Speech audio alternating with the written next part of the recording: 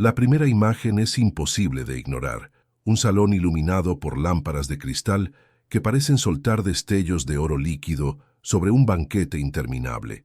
El sonido de las copas al chocar se mezcla con las risas medidas, esas que no nacen del alma sino del protocolo. Todo parece perfecto, como un cuadro diseñado para impresionar, y sin embargo, en medio de la abundancia hay una figura que desentona, una presencia que no busca brillar.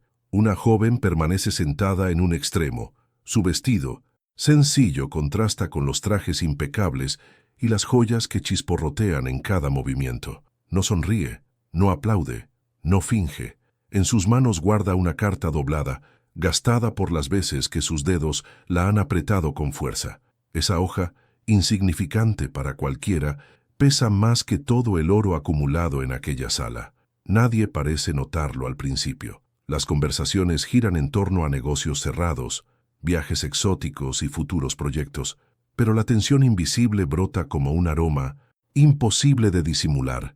La joven se humedece los labios, como si quisiera hablar y no pudiera. La cámara invisible que nos guía se acerca a sus ojos. Allí no hay duda, hay tormenta contenida. El espectador no sabe qué contiene esa carta, pero el simple hecho de que ella esté allí, en ese lugar que no le pertenece, basta para despertar una pregunta que lo ata. ¿Qué verdad puede ser tan peligrosa que la obliga a enfrentarse sola a ese imperio de poder y apariencias? Un invitado, al pasar, deja caer una frase trivial sobre la perfección de la familia anfitriona. Ese simple comentario hace que los dedos de la joven se crispen sobre el papel, como si las palabras fueran anzuelos que arrastran recuerdos. En su mente, fragmentos rotos de una infancia marcada por silencios, una puerta que se cerraba siempre en su cara, una promesa rota que nunca volvió, un apellido pronunciado como si fuera un sello de exclusión.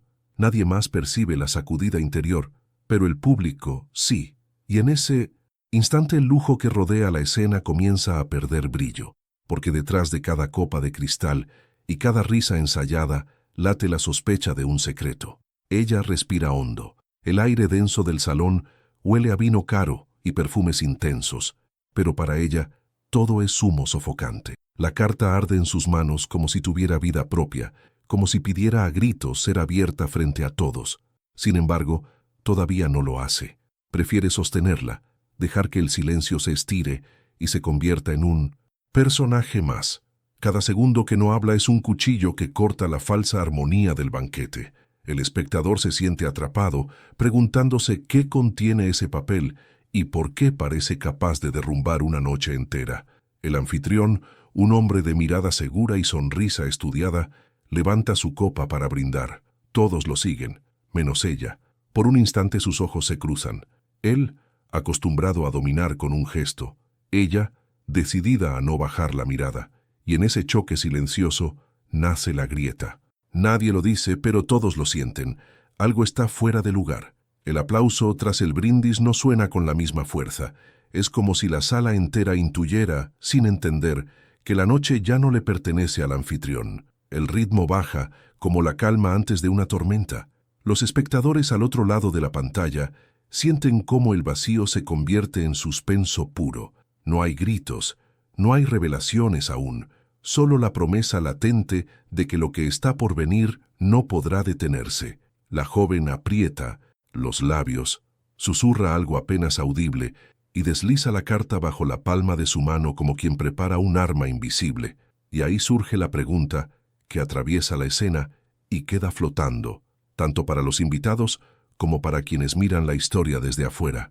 Si estuvieras en su lugar, rodeado de poderosos que nunca imaginaron ser expuestos, ¿tendrías el valor de abrir esa carta frente a todos? Colócalo aquí abajo en los comentarios. El murmullo de la sala continúa como una corriente, subterránea, suave pero imposible de detener. Los invitados siguen conversando de negocios y viajes, pero de manera inconsciente sus miradas vuelven una y otra vez hacia la joven de las manos apretadas contra el sobre. La incomodidad crece como una sombra, invisible pero pesada. Ella siente ese peso en el pecho, el mismo que la acompaña desde niña. El silencio impuesto, el no preguntes, repetido tantas veces que se convirtió en costumbre. Cada palabra que cayó entonces ahora regresa como un eco en su memoria, rebotando contra las paredes doradas de aquel salón. La música que antes parecía festiva comienza a sonar distante, como si las notas del piano se hubieran quedado atrapadas bajo el agua. La joven recuerda otro piano, uno de madera gastada en la vieja casa donde creció. Allí, en medio de noches frías, su madre tocaba melodías que servían de refugio, mientras afuera los rumores hablaban de traiciones y deudas que jamás se podían mencionar. La carta que ahora sostiene fue escrita en esos años de sombra. No lo dice todavía, pero cada pliegue del papel guarda el peso de verdades que el mundo decidió olvidar. El anfitrión, sentado en la cabecera de la mesa, comienza a sentir la tensión de manera física. Endereza la espalda, sonríe más de lo necesario, levanta la copa como si la elegancia pudiera ahogar lo inevitable, pero los ojos no mienten. Su mirada se desvía hacia el sobre una y otra vez, como si temiera que en cualquier momento se abriera solo. La joven lo observa de reojo. Sus respiraciones se cruzan en un duelo silencioso. Ella no habla, pero en su mutismo hay más poder que en todos los discursos que él ha dado durante años. El pasado se cuela en la sala como un intruso. Fragmentos de imágenes atraviesan su mente. Un nombre borrado de los registros escolares. Una puerta cerrada a las oportunidades. Un apellido usado como arma para apartarla de la vida que pudo haber tenido. La injusticia no se revela de golpe. Se insinúa como un frío que se escurre bajo la piel de quien escucha. Cada espectador empieza a sentir que esa historia no es solo suya, que cualquiera podría haber sido condenado al silencio por las decisiones de alguien sentado en esa misma mesa. Uno de los invitados, sin querer, deja caer una cuchara al suelo. El sonido metálico corta el aire y provoca que varios giren la cabeza hacia la joven. No es un ruido fuerte, pero se siente como una señal. La máscara de perfección ya no resiste. Ella, entonces, acaricia con el pulgar la esquina del sobre. No lo abre aún, pero ese gesto mínimo genera un latido colectivo. ¿Qué guardará? ¿Un secreto personal? ¿Una traición de familia? ¿Un documento que desmoronará a todos los presentes? La sala se llena de preguntas sin respuesta, y el público, atrapado frente a la pantalla, queda con la misma ansiedad que los invitados. Saber qué contiene ese pasado oscuro. La joven cierra los ojos apenas un segundo, y en ese instante vuelve a oír la voz de su madre, esa advertencia susurrada tantas veces. La verdad duele, pero el silencio mata. Abre los ojos con una determinación distinta. Ya no tiembla. El sobre no es solo un recuerdo, es la llave de todo lo que se negó durante demasiado tiempo, y aunque todavía no lo revele, el simple hecho de estar dispuesta a hacerlo cambia la atmósfera de la sala. El poder comienza a tambalear incluso antes de que la primera palabra sea leída. En el aire hay un vacío eléctrico, como la pausa exacta antes de que caiga un rayo. Nadie lo sabe, pero todos lo sienten. El público también. Y la pregunta inevitable surge, no con gritos, sino con un murmullo interno que obliga a seguir escuchando. ¿Hasta dónde se puede esconder un secreto antes de que decida revelarse solo? El comentario que no debía escucharse llegó disfrazado de chiste. Aquí todo es impecable, como siempre. No fue la frase, fue la risa breve que vino después. Esa risa tensa que suena a ensayo para tapar algo que huele a trapo húmedo. La grieta no se hizo con un golpe. Se abrió como una línea de sequedad en una pared recién pintada. Algunos ojos, los más atentos, se dirigieron hacia el anfitrión. Él siguió el hilo de su propia broma con elegancia profesional, pero le sobraron medio segundo de pausa, y a un hombre que debía su imperio a no vacilar medio segundo, esa pausa le costó cara. La joven lo vio. El público lo sintió. En una sala habituada a aplaudir sin preguntar, ese pequeño vacío sonó como una campanada inadvertida. La música cambió de piel sin cambiar de tema. El pianista, que conocía de sobra las gramáticas del poder, bajó medio tono y anuló un adorno innecesario. Fue un gesto mínimo, un micromovimiento. De pronto, las risas flotaron menos. Las copas tintinearon con prudencia. La joven inspiró, dejó que el aire pasara por la garganta reseca de tanto callar, y esta vez no miró el sobre. Miró a la gente.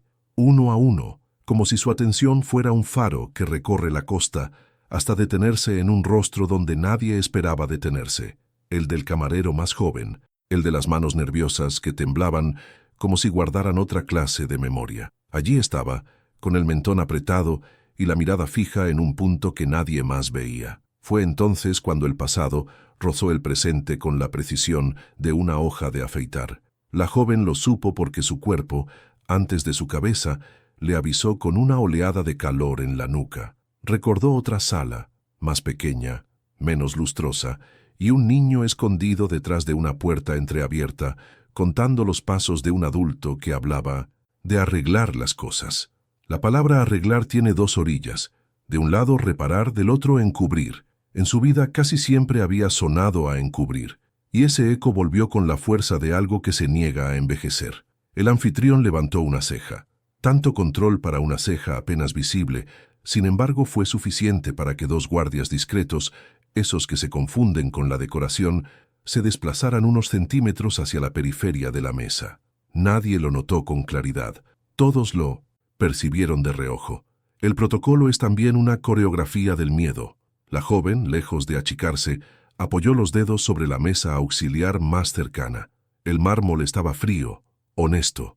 A diferencia de las palabras, no presumía nada que no fuera. El tacto la ancló, aflojó la mandíbula. Si habló, fue en voz tan baja que nadie más que ella pudo oírse. No corro más.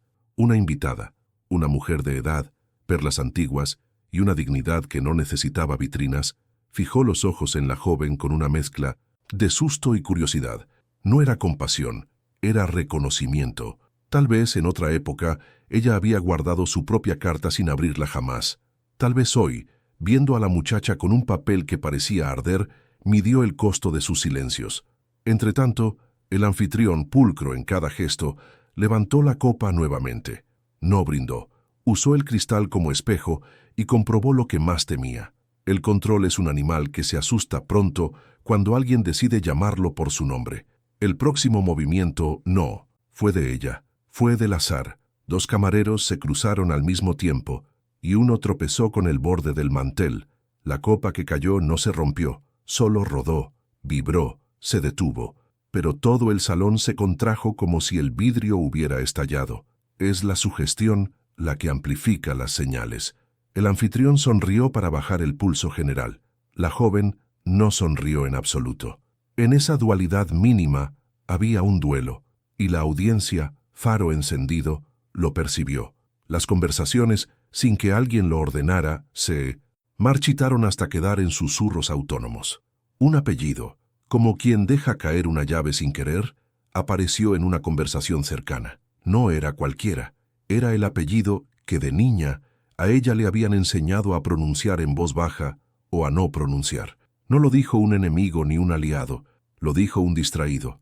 La verdad, cuando está a punto de salir, suele valerse de los distraídos. La joven parpadeó. En la pausa del parpadeo, un recuerdo se calzó como un guante.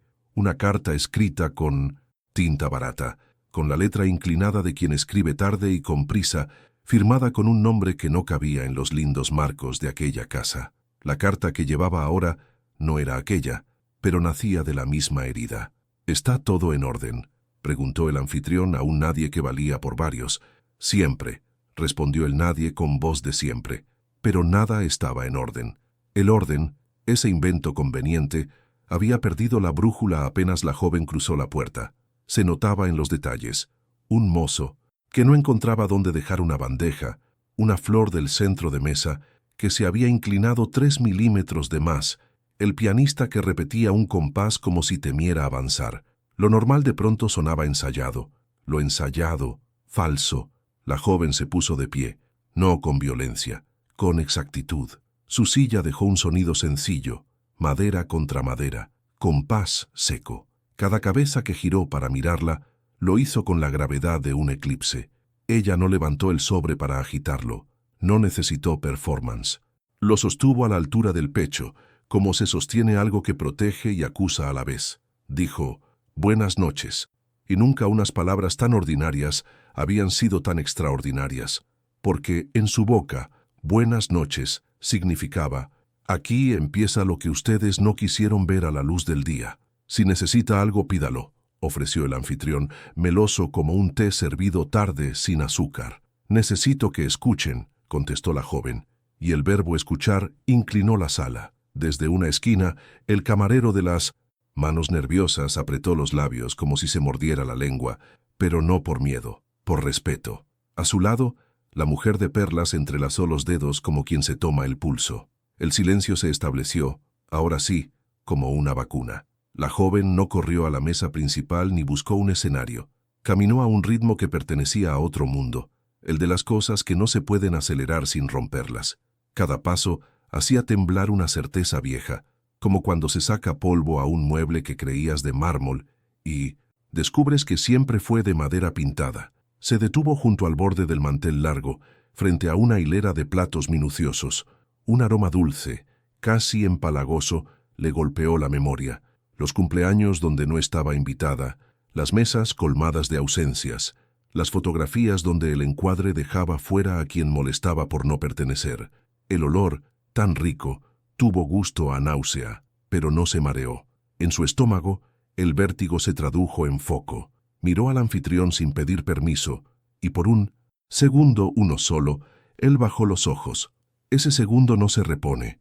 El poder, cuando mira al suelo, envejece.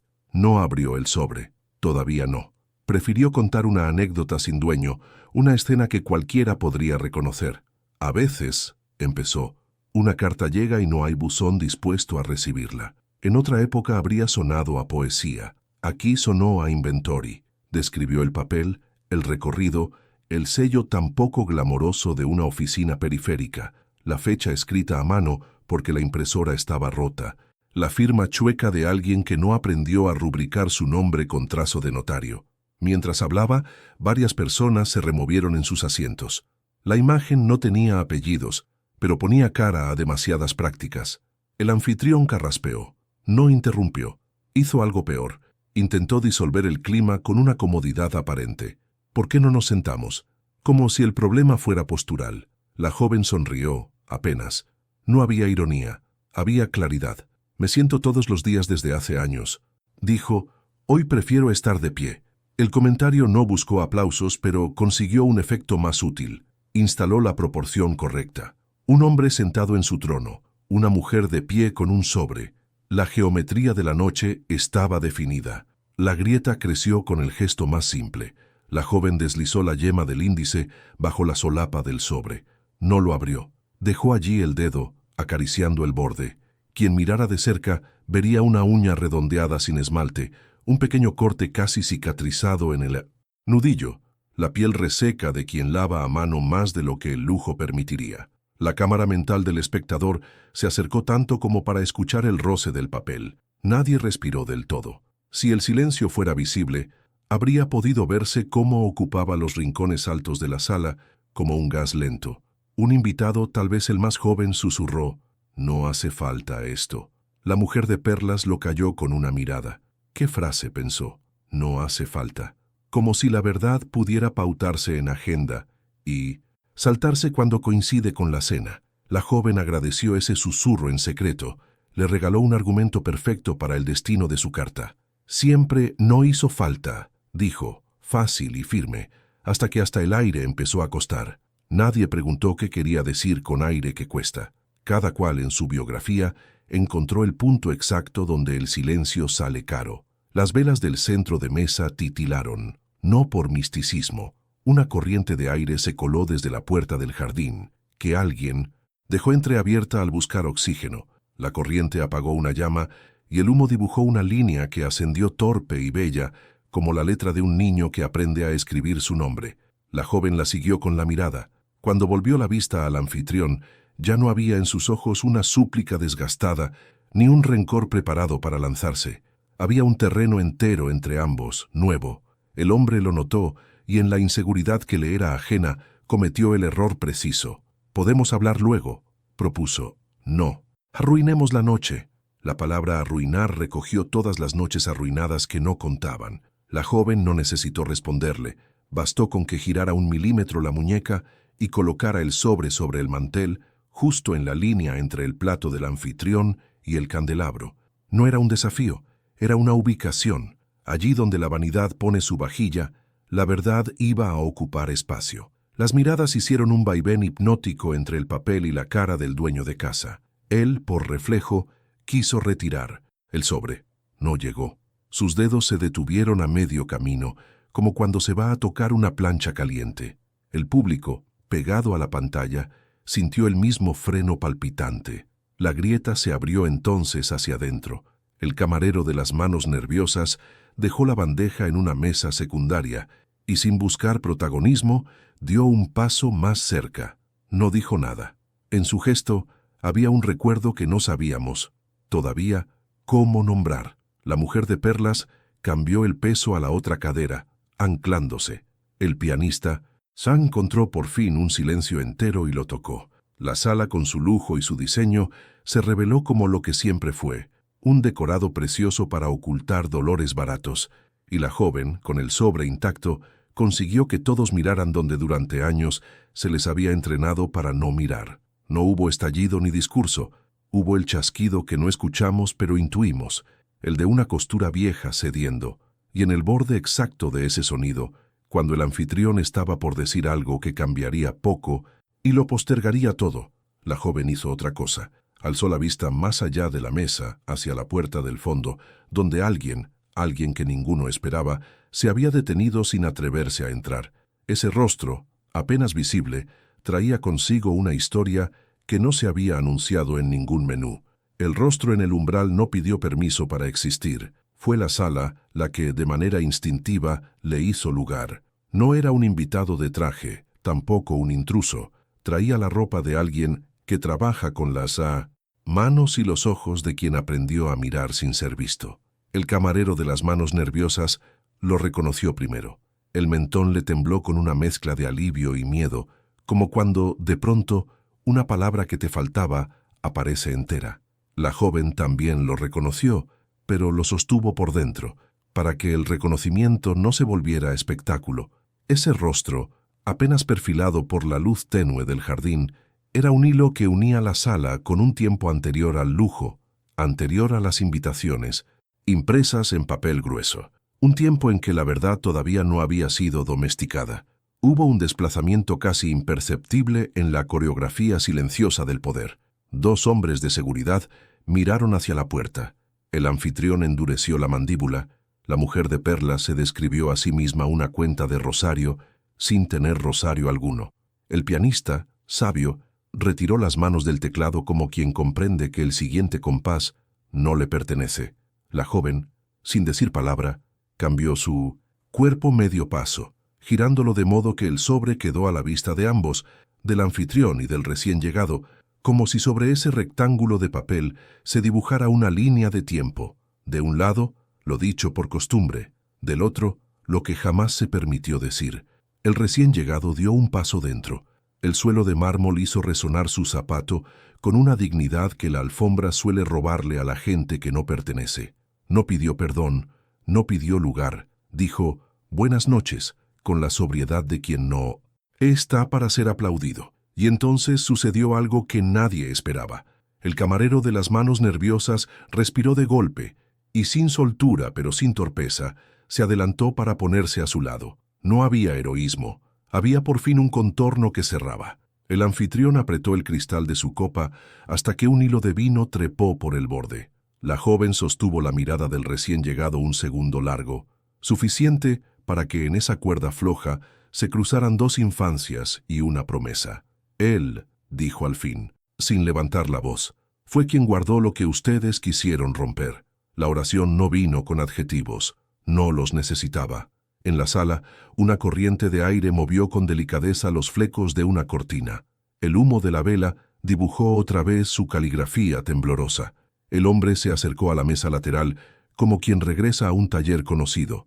Sacó del bolsillo interior de su chaqueta un cuaderno pequeño, gastado en las esquinas, con las tapas ennegrecidas por dedos que escriben después del trabajo. Lo colocó junto al sobre sin tocarlo. La mujer de perlas alcanzó a ver sobre la tapa una inicial mal trazada y una fecha escrita a mano, la clase de fecha que la administración suele borrar porque no coincide con su versión de los hechos. No vengo a acusar, dijo el hombre, vengo a corroborar. Entonces la noche respiró distinto. Corroborar, verbo incómodo para el lujo, imprescindible para los vivos. El anfitrión se recompuso. Le dio a su postura el aire de quien sabe administrar emergencias. En otras ocasiones habría dispuesto un discurso. Esta vez eligió el atajo que le había resuelto tantas: el trato individual, la negociación íntima con el que trae lo que no conviene. Podemos conversar en privado, sugirió, con la suavidad aceitosa del que promete sin prometer. El hombre lo miró como se mira una puerta que no conduce a ninguna parte. No hubo desdén, hubo experiencia.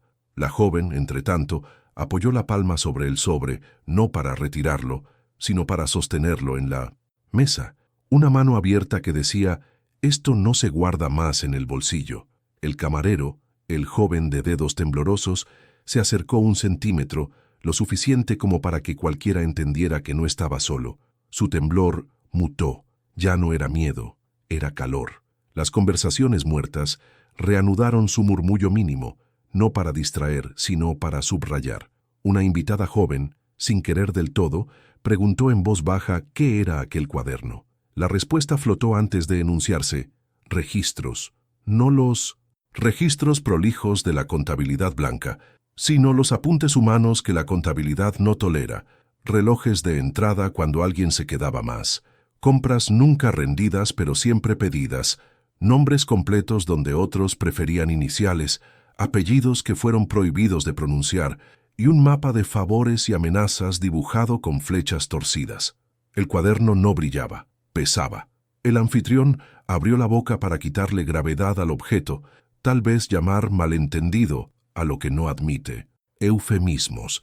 En su lengua, años de práctica, la palabra malentendido habría sido convincente. En esa sala, después de tanto silencio acumulado, sonó hueca como una botella vacía. El hombre del cuaderno negó con un gesto apenas visible, del tipo que se aprende cuando la vida te exige firmeza sin estridencia.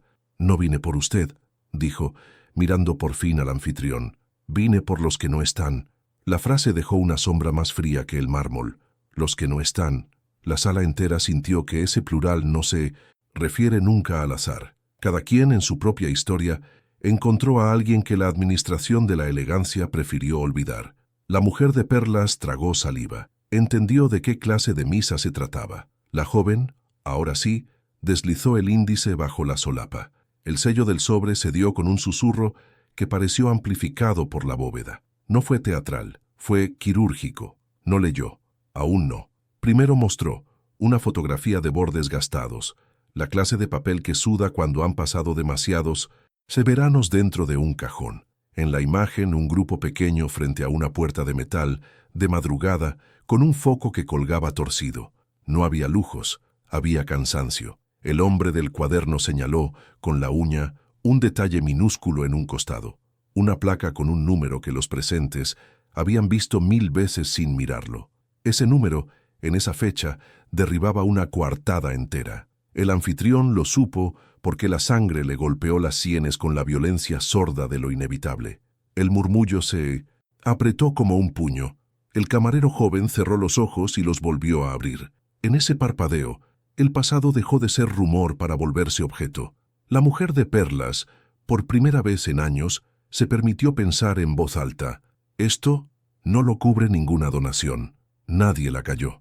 El pianista, cómplice de los buenos silencios, dejó la tapa del teclado entreabierta, como una respiración. La joven puso la fotografía junto al cuaderno y ahora sí, retiró del sobre una hoja con fechas y firmas que, combinadas con el número de la placa, formaban una línea imposible de interrumpir sin mentir. El anfitrión quiso cerrar esa línea con una frase de autoridad. La frase no encontró dónde apoyarse. La noche le había cambiado la arquitectura. Las columnas ya no eran sus discursos, eran los objetos. La joven sostuvo la hoja con la mano izquierda y con la derecha tocó el cuaderno, uniendo ambas piezas, como quien conecta 2 cables para que la corriente circule. La chispa no hizo ruido, hizo sentido. «Si hay algo que decir», ofreció mirando alrededor, «que se diga aquí». Nadie se movió. salvo el hombre del cuaderno, que cambió el peso de un pie al otro como si acomodara la espalda antes de cargar una mesa. El camarero joven, sin pedir permiso, dio un paso al frente. En su gesto había algo que la sala no estaba acostumbrada a escuchar. Una voz que no factura. Abrió la boca para hablar, pero la cerró al notar un detalle que la joven también vio y que el anfitrión, por reflejo, intentó ignorar. En el borde interior del sobre quedaba un segundo papel, más delgado, casi transparente, pegado por estática. Ella lo tomó con cuidado, lo sostuvo frente a la luz cálida del candelabro y leyó apenas una línea, la suficiente para que su respiración cambiara de cadencia. No mostró el contenido, no todavía. Bajó la hoja, la colocó boca abajo junto a la foto y cuando levantó la mirada hacia el hombre del cuaderno, ambos entendieron, sin necesidad de palabras, que ese segundo papel no solo confirmaba, sino que conectaba a alguien presente en la sala con lo que hasta ese instante algunos podían fingir que era asunto de otros. El anfitrión se enderezó como quien presiente el golpe que no se ve. El círculo de invitados estrechó su perímetro por pura ansiedad, y el camarero joven, por fin, sin temblor, encontró su voz para pronunciar el primer nombre propio de la noche. El nombre cayó sin gritarse, pero hizo ruido en todas las superficies: Enrique Roldán. No era un apodo familiar ni un mote de sobremesa. Era el nombre exacto de un hombre que, en esa misma sala, sostenía una copa con dedos demasiado educados. Hubo un vaivén de cabezas, una oleada de ojos que buscaron un punto y lo encontraron junto a una columna, donde el abogado de la casa, el que siempre aparecía para poner moños legales a las urgencias, parpadeó un latido de más. El camarero joven no repitió el nombre. No hacía falta. La palabra ya había encontrado su marca. El anfitrión se giró lo justo para mirarlo sin mirarlo, gesto de quien aprendió a desactivar incendios con los ojos. Esta vez, el fuego no obedeció. Roldán acomodó el nudo de su corbata como si el aire se hubiera espesado y con una sonrisa de sala de espera, dijo lo que los años le enseñaron a decir cuando una punta asoma del tejido: hablemos con calma. La calma allí olía a alfombra vieja. La joven no se movió. Sostuvo el sobre con la mano izquierda y con la derecha tomó el papel fino, ese segundo documento que la estática había escondido, y lo elevó apenas a la luz tibia del candelabro.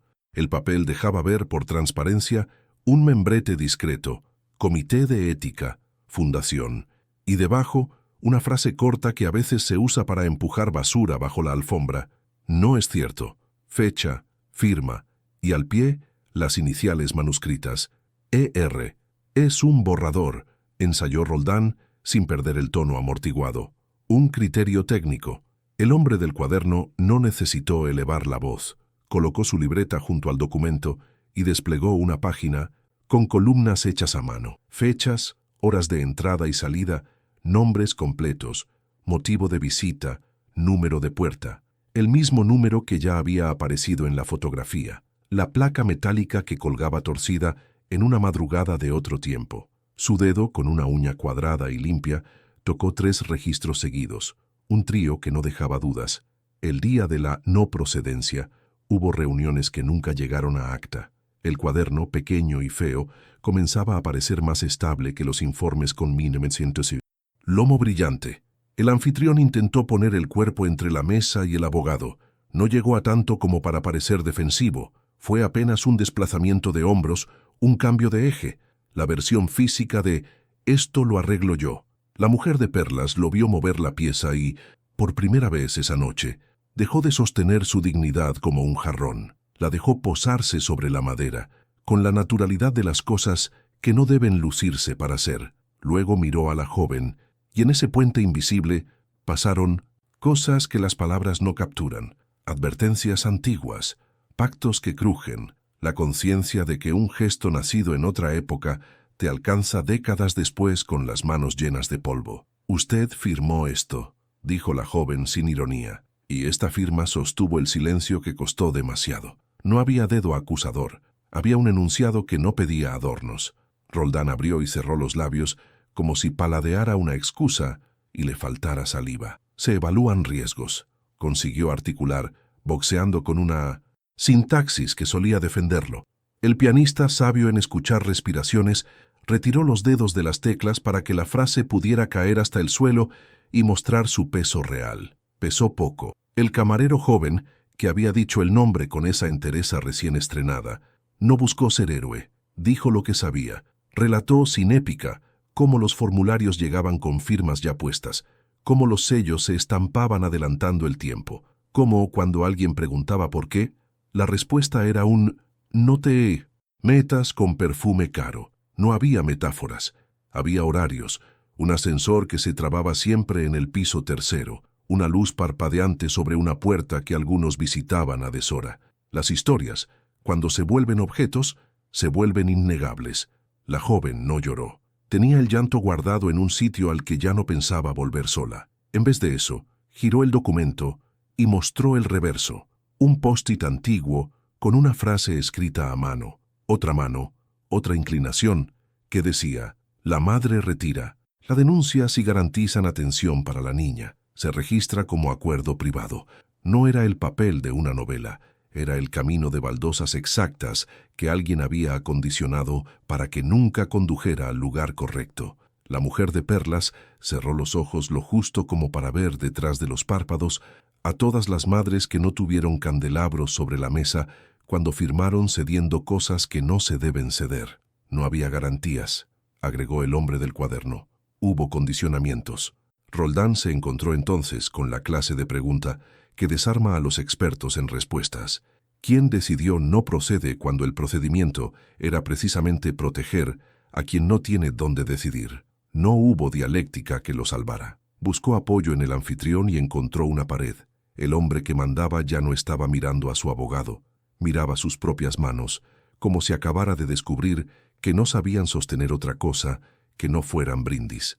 El salón cambió de respiración. Entró una corriente desde el jardín y las velas se inclinaron en un mismo gesto, como si la noche afuera pidiera su lugar.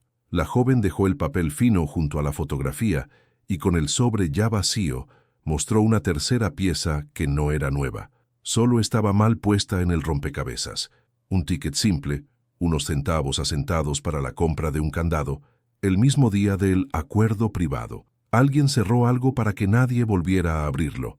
El número de la boleta coincidía con una anotación lateral del cuaderno. El público no necesitó un narrador para comprender, la sala tampoco. Nadie fue encerrado, trató Roldán, apelando al viejo refugio de la negación literal. Se habla de un archivo. El hombre del cuaderno alzó una ceja curtida por demasiados turnos nocturnos. Archivo, repitió, y en su boca sonó como suenan las palabras cuando se les cae la máscara, un cuarto con llave. La joven asintió. La palabra candado no aparecía en el acta porque el acta nunca existió, pero sobrevivía en la factura de caja menor donde siempre sobreviven los actos pequeños de violencia, los que se esconden detrás de lo administrativo. Las miradas se desplazaron de Roldán a la mujer de perlas, y de la mujer de perlas a la joven, y de la joven al anfitrión, y del anfitrión al camarero, y del camarero al hombre del cuaderno. Era un circuito, por fin. La electricidad de la verdad circula así, no chasquea, ilumina zonas que creías decorativas y resultan ser pasadizos. En uno de esos pasadizos, la voz de la mujer de perlas salió con más edad que nunca y menos miedo que en mucho tiempo. Él me hizo firmar confidenciales para cerrar historias que no eran mías. La frase no acusaba para salvarse, se acusaba para abrir. El anfitrión, por primera vez, habló sin entrenador. Dijo: «No lo supe todo», y en el hueco entre no y todo se escuchó el hueso de una costilla que cede. No hizo falta que la joven lo desmintiera. La sala misma, con su memoria involuntaria, trajo de vuelta cenas donde se cambiaba de tema, visitas guiadas que omitían una puerta, donaciones que exigían fotos con sonrisas. Saber no es solo conocer, es elegir no mirar. Y allí, en esa noche, mirar empezó a ser verbo de primera necesidad. La joven recogió el ticket del candado con la delicadeza con que se recoge un insecto atrapado tras un vidrio. No se deleitaba en la prueba, la sostenía para que no volviera a perderse. Después, le habló a Roldán sin subir la voz. «Usted puede explicar por qué todo esto no procedía, pero esta vez va a explicarlo saliendo del se hizo y entrando en el yo hice. Esa mudanza gramatical tan sencilla dejó al abogado sin suelo. Hacer es más caro que suceder, y esa noche la contabilidad debía ser de acciones, no de apariencias. El camarero joven, dueño por fin de su pulso, miró al rostro que había aparecido en el umbral. En ese cruce había algo más íntimo que cualquier confesión, el reconocimiento de que, durante años, uno guardó fragmentos pensando que eran demasiado pequeños y el otro los reunió para que fueran irrompibles. El hombre del cuaderno pasó una hoja más. Allí, protegida entre papel manteca, había una flor seca. No era adorno, era marca. La flor coincidía con el estampado de un pañuelo en la foto de aquella madrugada. No hacía falta revelar identidades para entender que el cuaderno era también un mapa de supervivencias. Roldán, pálido, buscó refugio en la técnica. Habló de protocolos, de comités, de excepciones.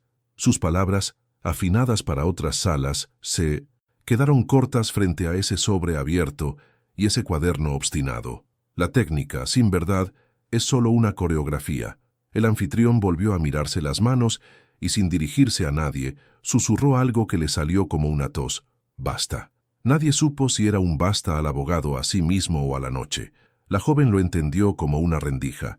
Se inclinó lo suficiente para que el documento fino quedara frente a todos y con el dedo índice subrayó una línea que había pasado inadvertida hasta entonces.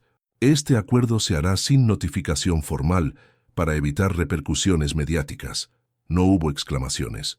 Hubo cabezas que, por fin, asintieron al vacío. Claro que no iba a proceder. No si el procedimiento era la luz. La mujer de perlas encontró la silla con la mano y se sentó, no por desmayo, por asumir peso. El pianista cerró el teclado con un gesto que sonó a respeto. La joven guardó el ticket, dejó la foto y el documento al centro y miró a Roldán con un último regalo. Si tiene algo más que decir, diga a quién benefició ese no procede y a quién dejó afuera. La pregunta no pedía informe, pedía nombre propio. En el borde del mantel, junto al sobre vacío, el hombre del cuaderno tocó la flor prensada y señaló un renglón al que nadie había prestado atención. No era cifra ni firma, era una nota breve escrita con prisa. Entregar carpeta a... El resto, borroneado por un dedo nervioso, parecía ilegible. Parecía. Él levantó la mirada hacia la puerta trasera, como si supiera que la caligrafía que faltaba no estaba en el papel, sino a punto de entrar en la sala. El aire de la sala se volvió denso, como si cada molécula cargara el peso de un secreto a punto de desbordarse. El sobre ya había revelado papeles que golpeaban, pruebas que dolían, pero lo que quedaba por venir no estaba escrito en tinta ni en firmas. Era más humano, más incómodo, más irreversible. La joven, con el sobre vacío entre las manos, levantó la vista justo cuando la puerta trasera se abrió. No hubo protocolo. Simplemente apareció una mujer de cabello recogido, con un vestido que no buscaba impresionar a nadie.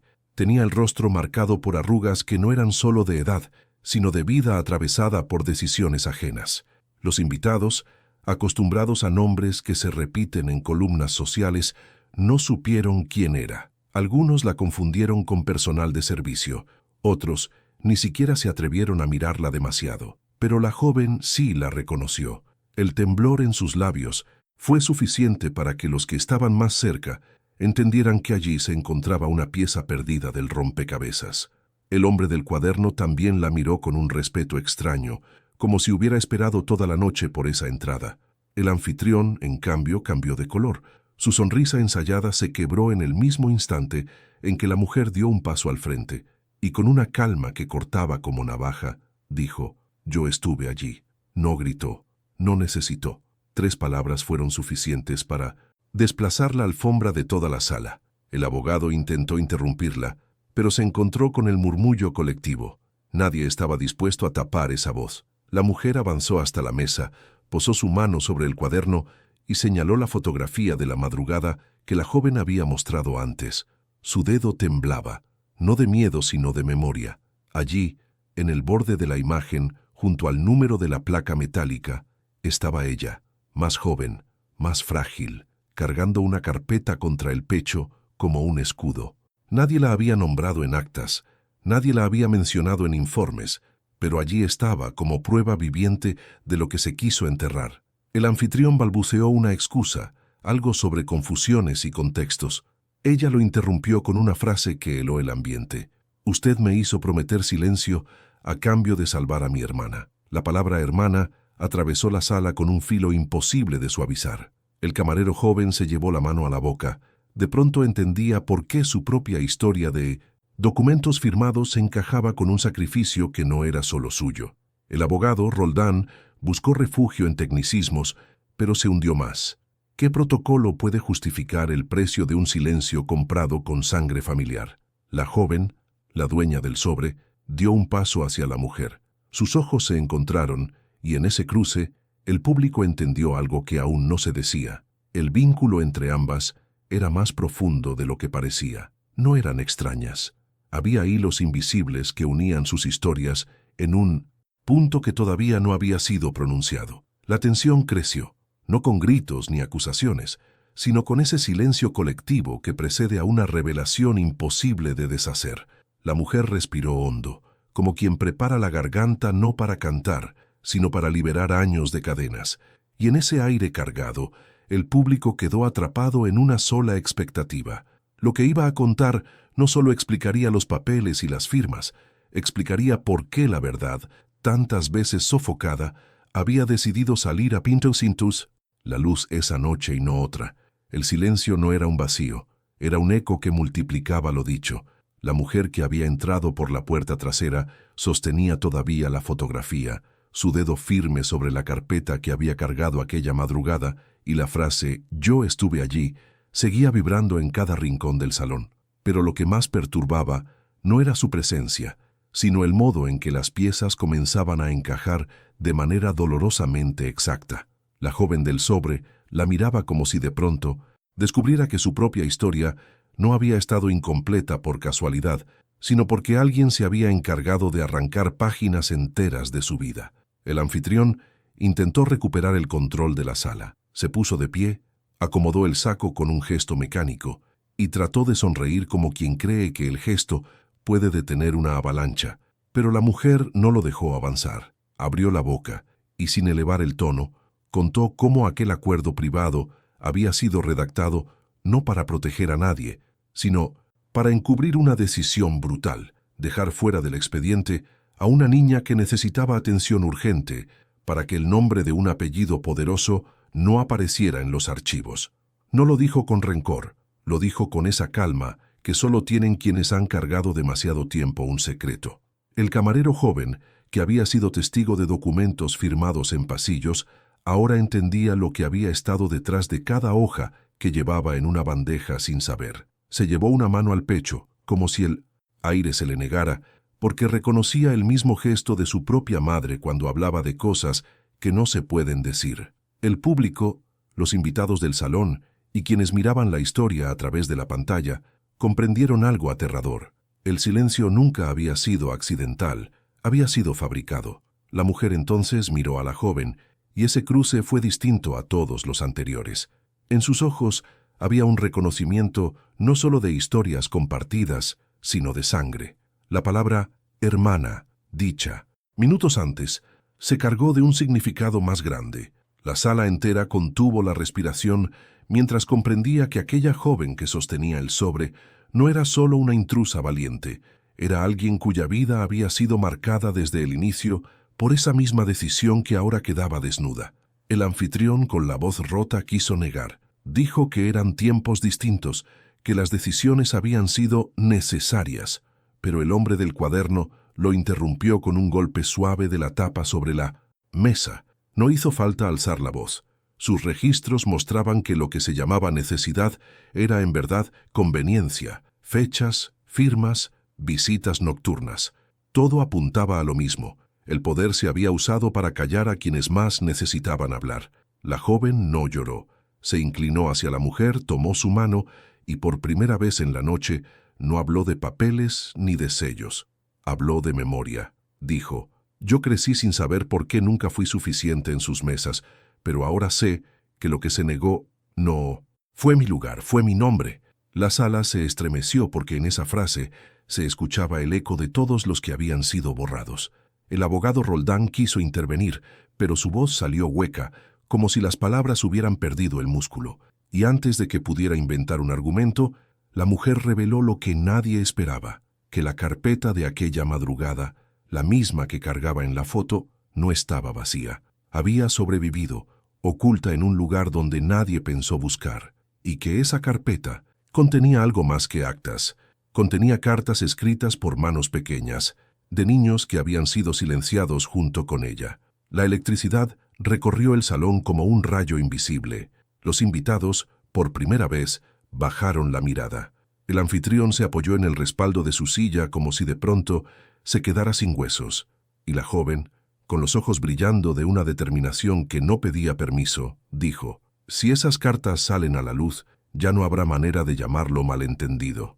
El público, atrapado en la tensión de la escena, entendió que lo que estaba en juego ya no era un apellido ni una reputación, sino la forma en que la verdad se transmitía entre generaciones.